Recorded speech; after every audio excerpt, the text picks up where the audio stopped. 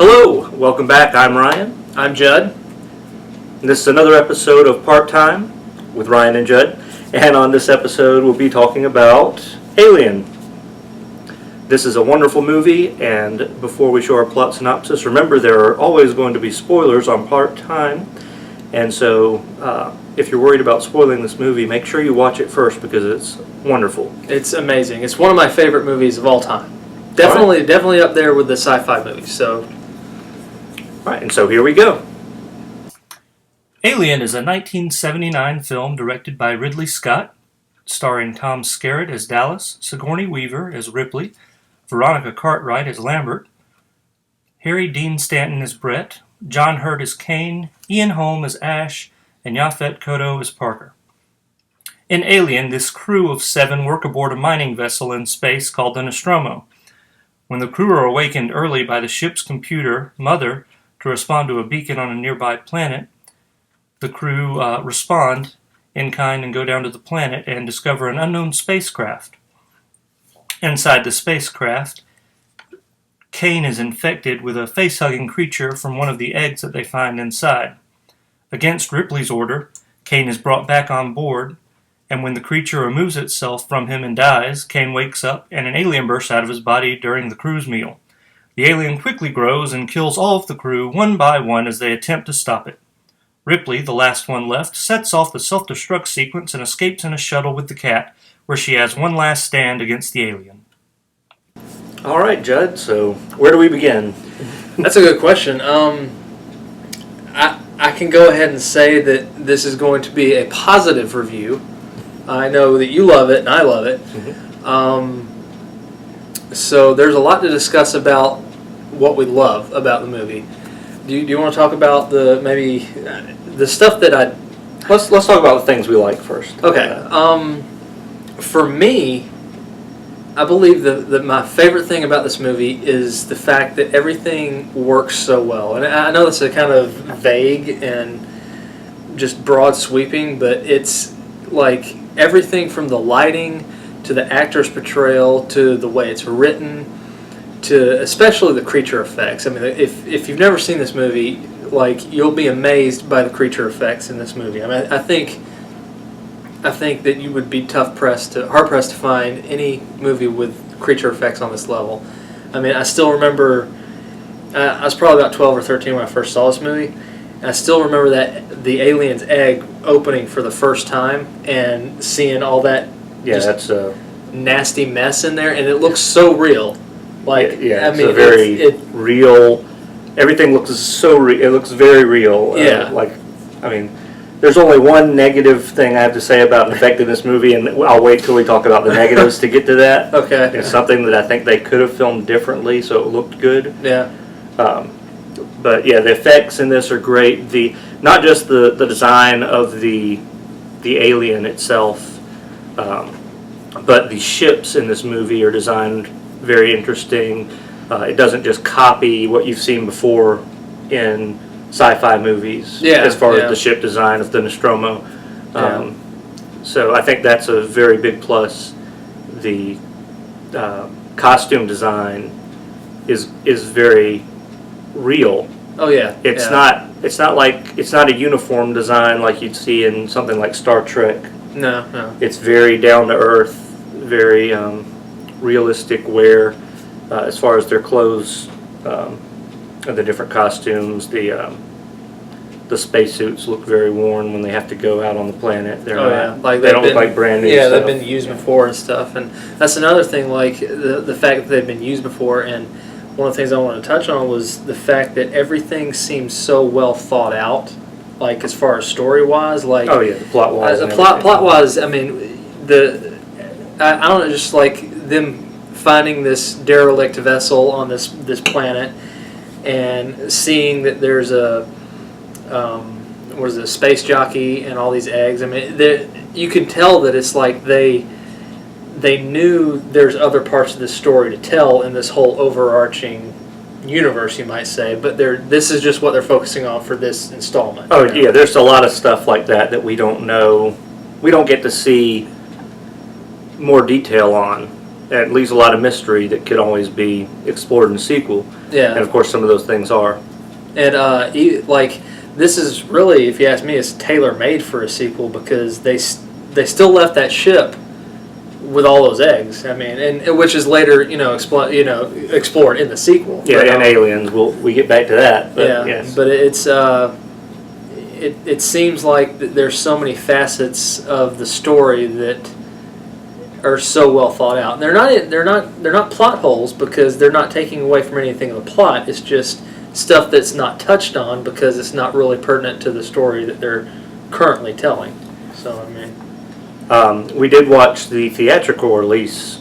The Blu-ray does contain the director's cut as well, but Ridley Scott prefers the theatrical cut, and I think he only made the director's cut for the DVD because they wanted him to make it, and it includes some deleted scenes that really don't help the plot, and in fact one of the deleted scenes shows a very different way in how the aliens really create the eggs from how it is explained in the movie Aliens with the Queen, which I think is a better way of how the aliens life cycle goes. So really the cuts made were very good, and for a good reason, and I agree with Ridley Scott personally. I also prefer the theatrical cut as well for this film. But let's see, we talked about the effects are great, the costume, the cast is another thing I like about this movie a lot. I mean, everybody plays their part so well. It's a very good cast.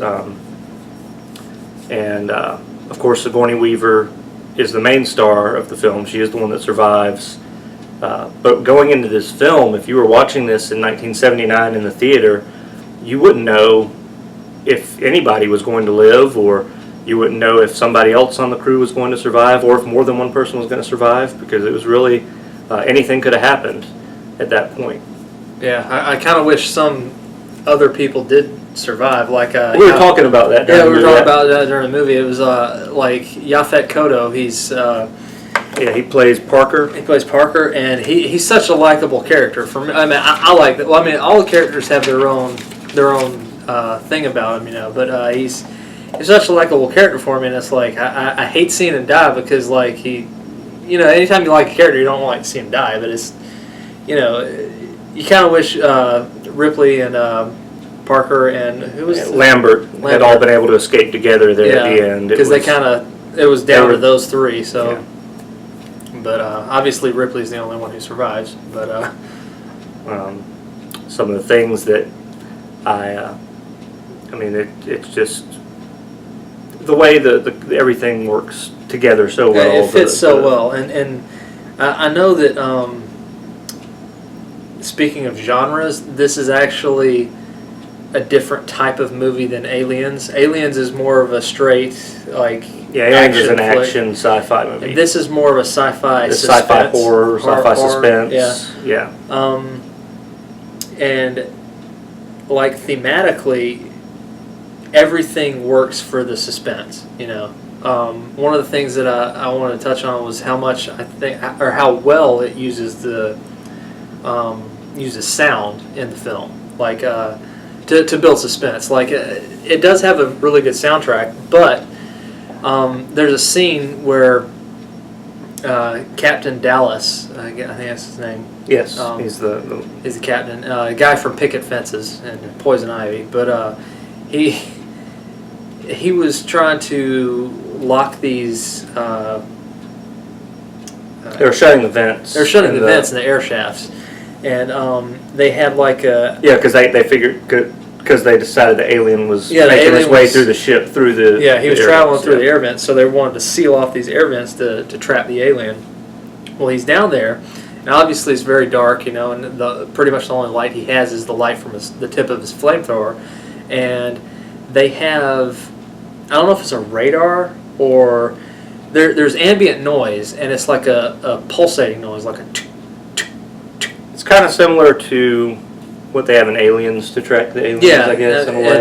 but as it's a radar, so they can pick up. Yeah, but I thought that I've always loved in suspense movies to build up tension, have that little ambient noise just somewhere, just sort of building, and that's they were using this back in the 70s. There were this tactic, and it as the alien gets nearer, you know, the beat gets faster, and So you know it's closing in. Yeah, so it's a really simple way to build tension because you're watching and you can hear the thing building, you know. So I thought it was, like I said, it's a suspense horror, sci-fi, and everything works to build tension, you know. And that's a great illustration of how it uses different things to build tension. Let's talk about some surprising scenes in the movie, I guess. Surprising scenes. It's hard to. I mean, it's a movie I've watched a lot, so to say something surprising is interesting. But I guess if you were watching this for the first time, the face hugger that attaches to John Hurt. When we get to the scene when he's in the sick bay, well, if we go back a bit, when they all wake up on the ship, they think they're supposed to have woken up, and they discover that they've woken up early from their suspended animation because of a distress signal. It's on this planet, or is it a? I don't know if they call it a distress. I don't think they said it was a distress signal, but it was a beacon. It's from a ship, beacon yeah. that was apparently of intelligent origin. So They're commanded stopped, to stop for it. It's in their contract. Yeah. And this is just a mining ship that they're on. The Nostromo is just a mining ship. Yeah, they're just carrying mineral ore. They don't have military weapons or anything. Which it's so interesting because we just watched Aliens recently. Yeah. And you know, in Aliens they have guns that they can actually kill the aliens with, and that just cannot happen in this movie. In fact, they say it's the perfect organism, which is a big difference between Alien and Aliens. Is that it's supposed to be unkillable, and then Aliens you see a bunch of them get mowed down. But I'm sorry to get on that tangent. It's not. I love Aliens too, but so that's a surprising moment is when they go to check the beacon out, he gets the face hugger on. Yeah. And if you're just watching this, you'd probably think that was going to be what kills him. Yeah, yeah. But it falls off, and you know. And he wakes up. He wakes up, and it seems like everything's okay until the dinner scene. They decide to have dinner before going back into suspended animation. Yeah. If they'd only went back right into if they had gone back, if they had froze themselves again to go back home, then everybody could have lived. Yeah, except for John Hurt. He would have died anyway. That's true. That's his death sentence was on him. It was already written. But so they decide to have one last meal, and this is when the scene with the chest burster happens. Yeah, the iconic scene. I mean, if you haven't seen this movie, chances are you've seen clips of this scene. You've heard of it, or you saw it in Spaceballs. In Spaceballs, yes, when John Hurt plays himself. And so it's a very iconic scene when they're having dinner and the chest burster busts out, and that's a surprising scene. Yeah. And another surprising scene I just wanted to mention is that later on, Ash, the science officer, we find out, knows that they were going to stop for this alien. And that was his mission, was to bring one back with him. Yeah. So he's letting all these people die. He's letting this happen. I mean, and he's an android, so... Yeah, you find out he's an android, too, and he's a robot, synthetic. And so she finds out from the computer because she's talking to Mother about why.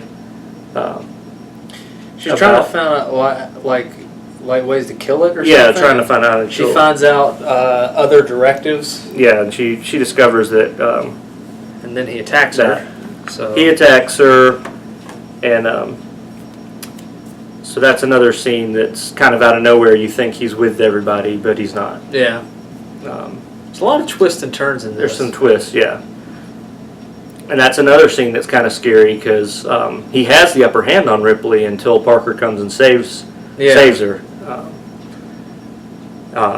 And there's just, it does seem at the beginning of the movie, there's a lot of time when there's not much going on action-wise. I mean, it's not very suspenseful yet. Not really and suspenseful. It's not a bad thing, though, because it really builds up that first half of the movie until you get to the stuff with the alien. And for me, like, the beginning of the movie is sort of setting the table. You know, it's showing you the world. It's showing you the world. Yeah. You know, and it's not boring because you're discovering new things. Mm-hmm. You know, I mean, they're going to this derelict vessel. You know, and they're looking at the spaceship, and it's something they haven't seen before, and it's like like I said, you're kind of on a ride with them and discovering this thing with them. You know, and it's not boring because, you know, new things are happening. It's just not action, not suspense, but, you know, there's almost like watching, I don't know, I say documentary, but, you know, in documentary you learn stuff, and this is sort of an exploration type thing. And it's good too because those moments are helping you care for these characters, so you actually are worried about them and you don't want them to die. Yeah, so that's another good reason for this big slow boil up to the chest burster scene, which once that happens, that's when the suspense starts kicking in. Yeah. And really, I guess that probably really hits when the alien first gets the one guy. Yeah. When he's looking for the cat, this stupid cat that they should just let die because it's not important enough to. In the grand scheme of things, that cat was not important enough to. The cat really, he's really not important to the plot whatsoever. And with the exception of they're trying to look for the cat, and the guy walks off looking for the cat by himself, and he gets snagged by the alien. So I mean, I guess the cat technically serves a plot point or a plot device because it lures the stray cast member away so the alien can kill him, but really, the cat doesn't help, in the grand scheme of things. So what are some things you don't like about the movie, Judd?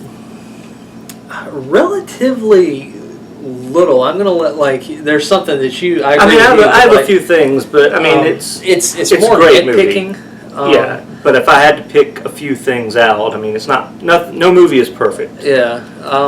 One of the things, like I said, the big one I'll let you discuss, but one of the things that I could probably think is when we were watching this, after the face hugger falls off John Hurt, Ripley, Dallas, and what's his name, Bilbo Baggins, they go in. They go in to look for the face hugger because it's missing, and the thing falls off John Hurt. Ash. Yeah. So they go into the science lab looking for the face hugger because it's missing, and not one of them puts on any sort of protective gear. I mean, granted, this face hugger fused clean through a space helmet, so I mean, and they know this. So, and it bleeds acid, and they know this, and it's they go in there and they don't turn on any lights. They have these little wands that look like Bob Barker's microphone with a little light at the end. Yeah. But and they turn on maybe one or two lights, but I'm like, if it were me, I would go in there with whatever I could put on my face to keep this thing off of me, and I would turn on every single light that's available to me. I didn't think about the protective gear, but I also agree about the lights because now I think they left them off for the suspense because it falls on Ripley in that scene. I mean, that's true. That's why, as far as movie-wise, they left it off. Yeah, it makes sense. It didn't make sense for them to leave the light off. They should have turned the light on. Yeah, but you are right. It does serve a purpose. It does build. It's more suspenseful in the dark. I mean, if they turn on every light, that wouldn't have done anything for. I don't know. If the light had been on, we wouldn't have seen where it was on the ceiling, though, when it fell on her. It still could have. I mean, that's true. It still would have been a surprise. Yeah. But But hey, it's Was one there of those anything things, like I else said. you had besides that? Other than that, I mean, I agree with you what you're about to talk about, but other than that, I don't have much anything. I mean, there's very little to dislike about this movie. There was another thing I had besides what he thinks I'm going to talk about next. Is that when Brett the first guy who after Brett's the second person to die, but he's the first one that gets killed by the alien when it's grown up. He's the one looking for the cat. Yeah. Jonesy. When he dies, the very next scene it cuts to after he gets grabbed is the crew talking about what happened to him. But none of them saw what happened to him. Yeah. They might have seen remnants of Brett. And we didn't see anywhere where they had like surveillance cameras they were watching to see what happened to him. Yeah. They were just talking about it, and I just wanted to know how they knew. I do want to say, in our last review, I talked about that they need to show, not tell. I mean, to show us things sometimes without just letting us figure it out. But in a suspense movie like this, it was nice that they didn't show us in great detail all the alien kills. We just know they died and kind of cut away, and it's. But anyway, when they cut away, how did they know what happened to them? Yeah, it's understandable when the captain gets grabbed that they know what happened to him because they were talking to him at the time, and they heard the beeps. But the other thing was when Ash is attacking Ripley and she gets saved. Everything in that scene is going fine. We find out Ash is is synthetic. He's a robot. But they set him up on this table to talk to him after they knock his head off. Parker knocks his head off. They set him on this table to ask him about the alien, and they had it where they're setting wires in the neck, and it looks fine. Yeah. That part of the headless body looks fine. That effect is fine. But the fake head they have does not look fine, and they're looking at the bottom of it, and then there's no big deal with that, and they're messing with the wires in the head. But when they flip the head up for the table, it's a clearly fake head, and then there's this really rough transition. It's cut. kind of a jarring cut. And because it's still in the same scene, because her hand's on the fake head, and then they just cut to her hand on the real head, and it's attached better to the table because his real head's sticking up to the table. Yeah. And I wish instead of filming it that way, they would have filmed it where they were messing with wires in the neck, but they just already had the actor, Bilbo, I say Bilbo, he played Bilbo in Lord of the Rings. If they just had his head up on the table, if they had Ash's head on the table while they were, with his eyes closed, while they were doing the wires in the neck, and then his eyes just open and he starts talking. That way, we wouldn't have to see the fake head. That was the worst effect. It was a jarring cut because, like you said, she had her hand on the fake head, and it pretty much just cut, and it moved angles slightly. Yeah, it moved slightly because it's not exactly in the same place. But and then her hands on the real head, So, but it's kind of a jarring cut, and I agree with you. That could have been done better, but other than that, there's not a lot to dislike about this movie, and there was really nothing negative in this movie that took me out of the experience. Even though that was a jarring cut, and it's like that's the worst effect in the movie. I couldn't say any other effect is bad in the movie. All the other effects are amazing. Yeah. I love this movie. It's definitely one of my favorite movies. One of the things I did want to say, like I said, I was probably 12, 13 when I first saw this movie. I don't know if it was just the way I was brought up or just my mind frame at the time. Like, I didn't really notice all the sexualized things in this movie. Like, yeah, there's a few things. Because the designs were designed by H.R. Geiger.